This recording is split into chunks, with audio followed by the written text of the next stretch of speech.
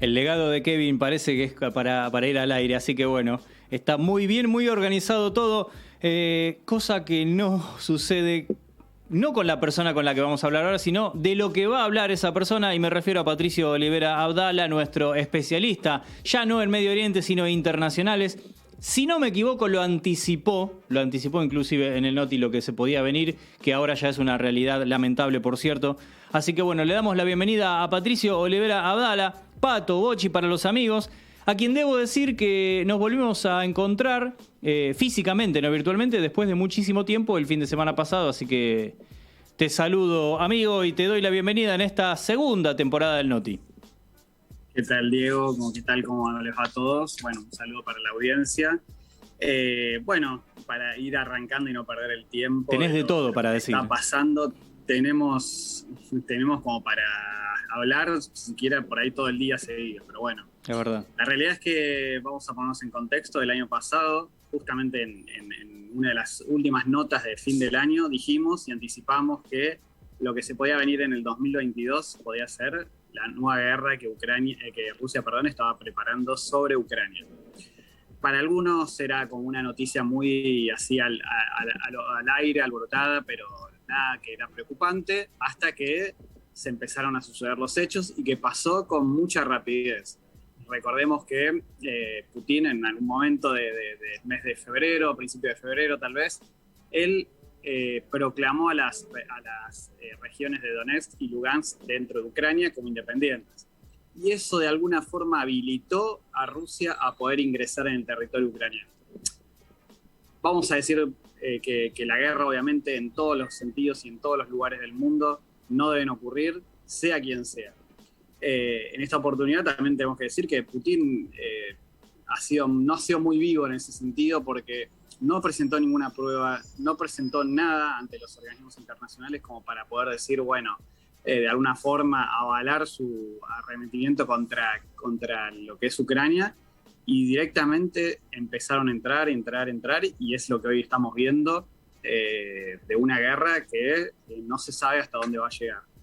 Pero bueno, en ese sentido, Putin no mostró ninguna carta como para decir, solamente obviamente en los medios rusos presentaba algunos discursos donde como de alguna forma señalaba a Ucrania de neonazis, señalaba una región de Ucrania que atacaba a la otra, sobre todo a la del este, a la que es más cercana a Rusia, y eso motivó de alguna forma al ejército ruso a poder entrar en Ucrania.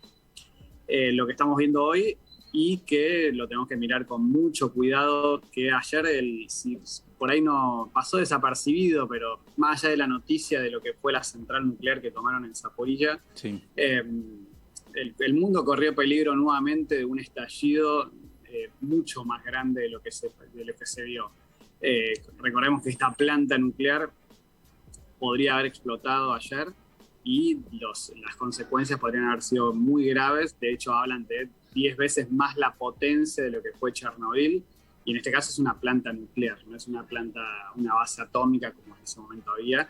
Entonces fue bastante peligroso, el mundo corrió peligro, porque las consecuencias no solo para la región de Ucrania, sino las consecuencias de las respuestas internacionales que podrían haber habido ayer, podrían haber sido muy graves y desastrosas, no solo para la región de la Europa del Este, sino para todo el mundo.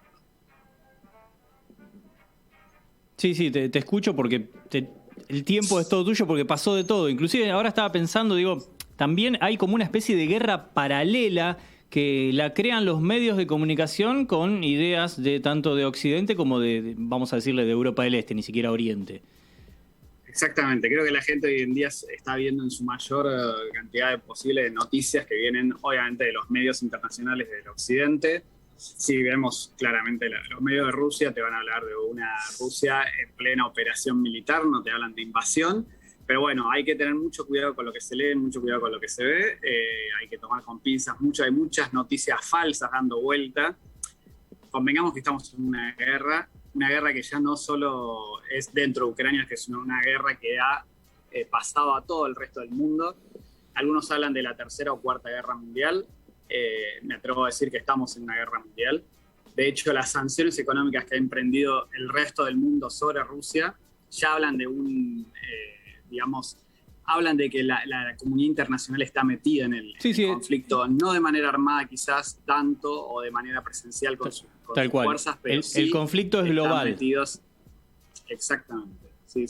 Por eso nosotros, por lo menos yo me atrevo a decir que es una guerra mundial, aparte de la guerra fría que ya pasó, y la guerra en Siria, que también fue una guerra donde tuvo muchos componentes y muchos actores de otros países, ¿no? Porque convengamos que en Siria hubo una guerra tremenda y que al día de hoy todavía sigue estando. Pero bueno, lo que sigue es este famoso convoy ruso que viene por todas partes, viene por el sur, por el este y por el norte. Desde Bielorrusia obviamente le han dado apoyo. Bielorrusia es una nación aliada, extra aliada, hermana de Rusia, y desde el sur están viniendo algunos convoys que dentro de poco van a empezar a llegar a lo que es el centro del país.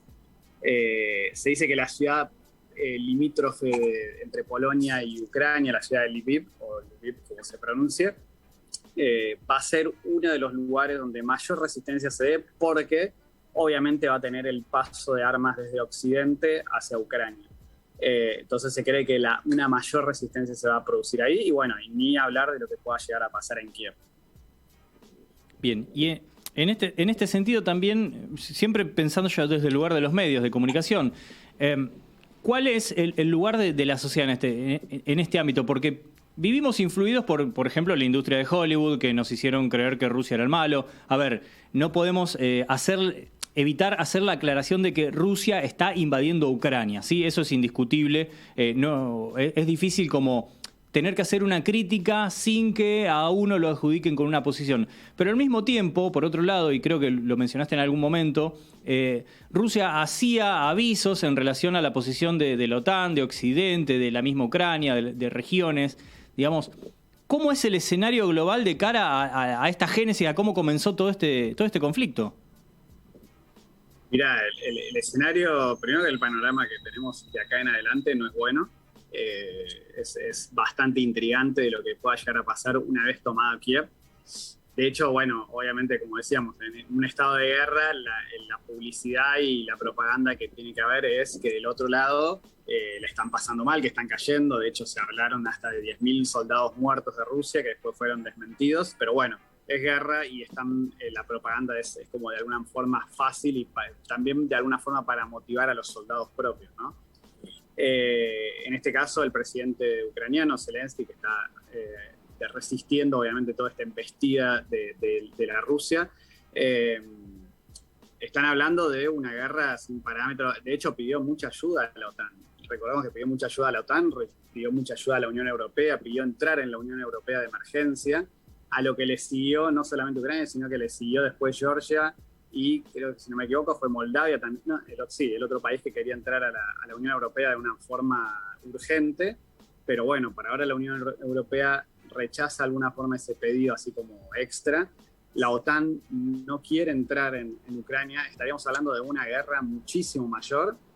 Y Zelensky también habló de que luego de Ucrania van a ir por Letonia, Estonia y los países países nórdicos también, como parte de la Rusia antigua, del Imperio Ruso, que supuestamente dicen que ese es lo que a Putin aspira, ¿no? Pero vamos a ver cómo se desarrollan en estos días. Uno quiere que este conflicto termine lo antes posible, más que nada porque el pueblo es el que está sufriendo. Las consecuencias de las migraciones que van a haber internamente en Ucrania, los refugiados que ya se están viendo en Europa son tremendos. A esto sumale toda la crisis humanitaria y migratoria que hubo en Europa durante este tiempo, que lo habíamos hablado acá también justamente hace unos programas atrás, y no sé si lo recuerdan, de cómo se iban pasando los migrantes de un lado a otro en algunos países de Europa. Esa crisis va a aumentar también. La ayuda humanitaria es enorme en este momento, sobre todo en Polonia. Pero bueno, la Unión Europea está, acabo de leer en alguno de los medios, perdón que no me acuerdo cuál era, pero habría habilitado a que se acepten a los refugiados ucranianos dentro de Europa.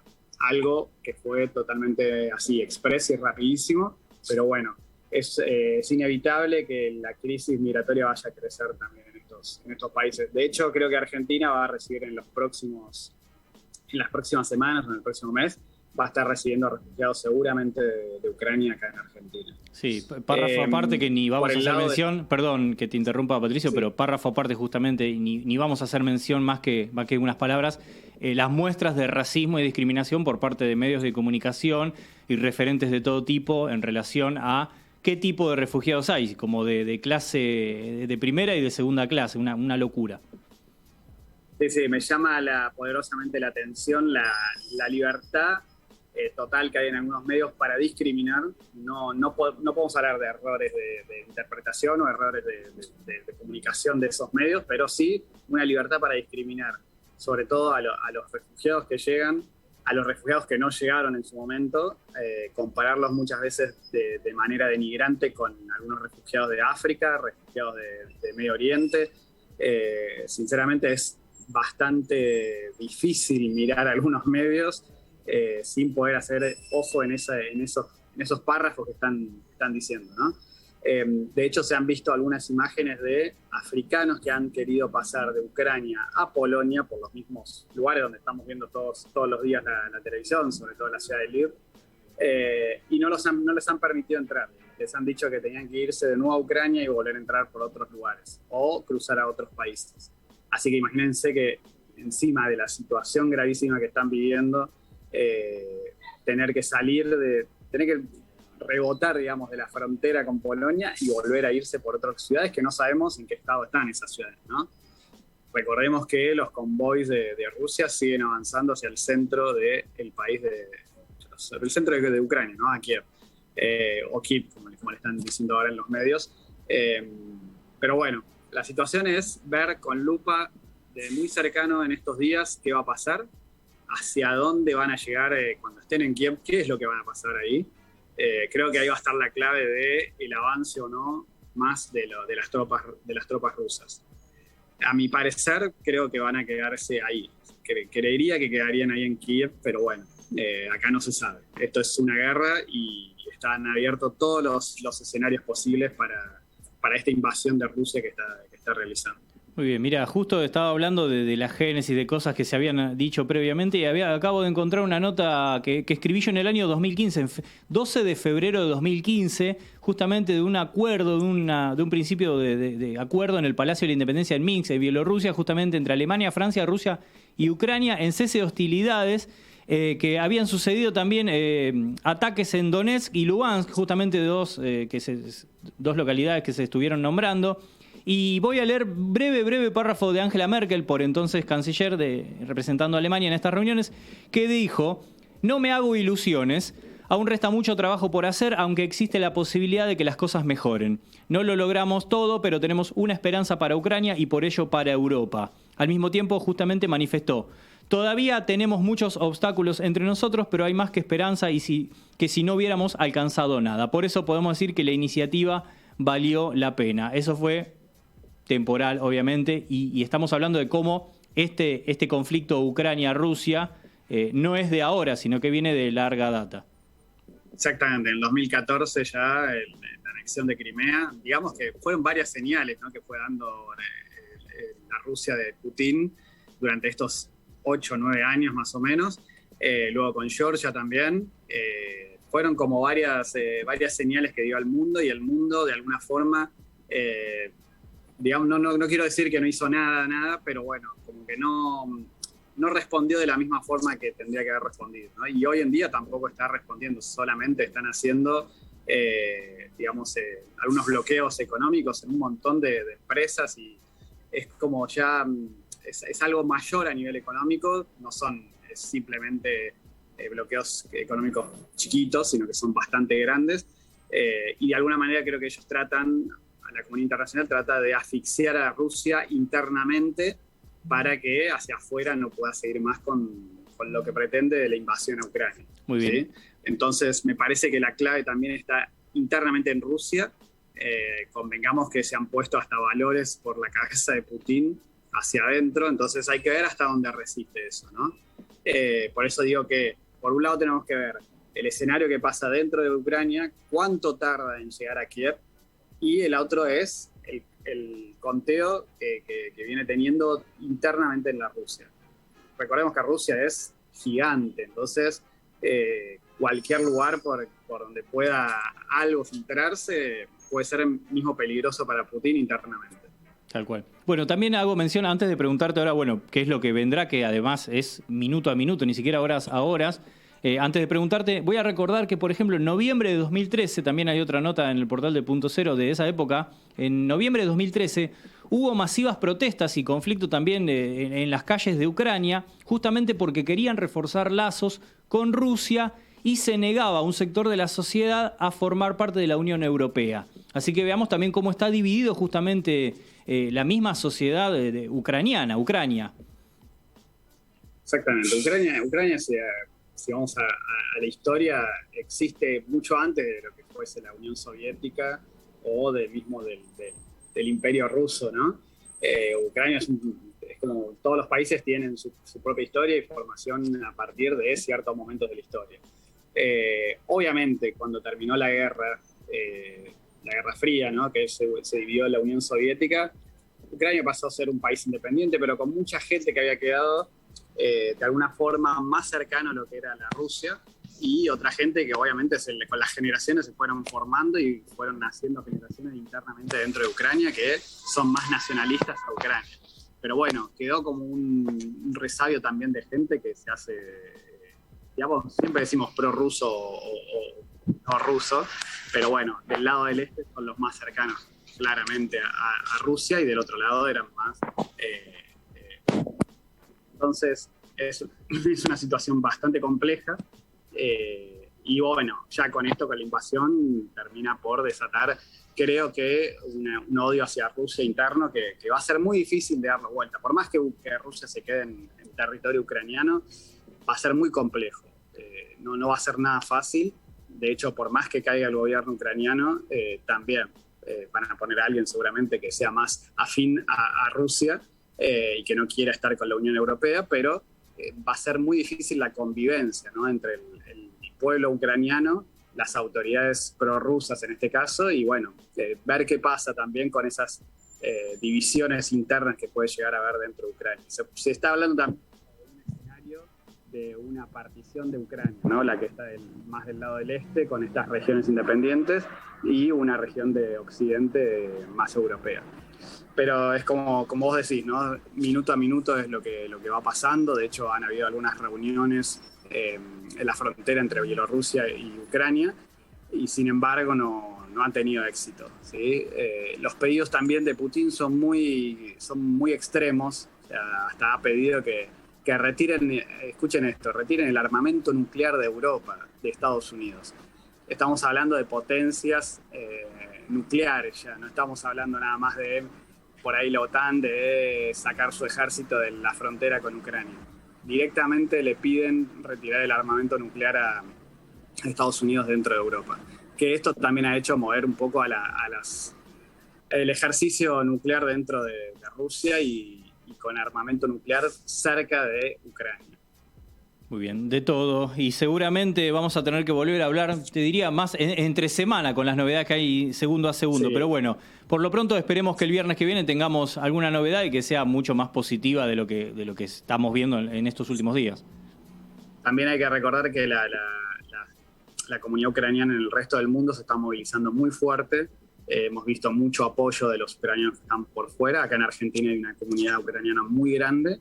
Y bueno, les recuerdo a aquellos que estén interesados que este domingo a las 5 va a haber una movilización desde, creo que Casa Rosada hasta el Obelisco, claramente en contra de la guerra y tratando de hacer fuerza desde Argentina. Muy bien. Muchísimas gracias entonces, Patricio Olivera Abdala, con toda la información internacional ya directamente, no solo Medio Oriente. Tenemos un especialista de todo el planeta, ¿sí? Así que le saludamos y le deseamos un feliz viernes. Muchas gracias. Igualmente. Muy bien, nos volvemos a encontrar el próximo viernes. Patricio, no ustedes, ahí quédense porque ahora viene un flash informativo y va a haber mucha más información en esta segunda hora que comienza inmediatamente del Noticero.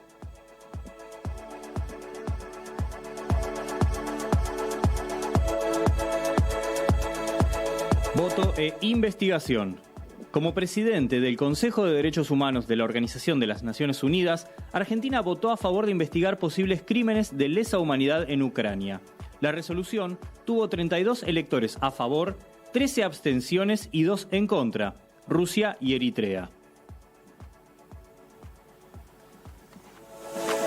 Terror en Pakistán.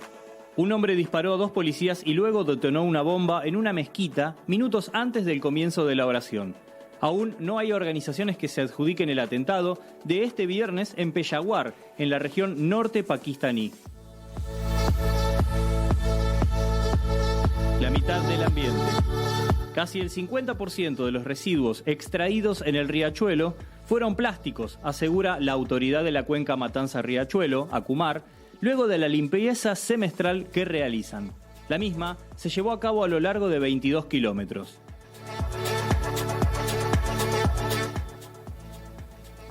Rioja multicolor. Este viernes comienza el primer festival LGBTIQ+, en las calles céntricas de La Rioja, la capital provincial. Nos sentimos orgullosos de quienes somos y de perder esa vergüenza adquirida, expresó su organizadora, Milena Jones. Fútbol en guerra. La Federación Rusa de Fútbol recurrirá al Tribunal Arbitral del Deporte, el TAS, por la exclusión de la FIFA de todos sus seleccionados masculinos y femeninos. Polonia, que jugaría repechaje ante Rusia por la clasificación a Qatar, fue uno de los que pidió la suspensión.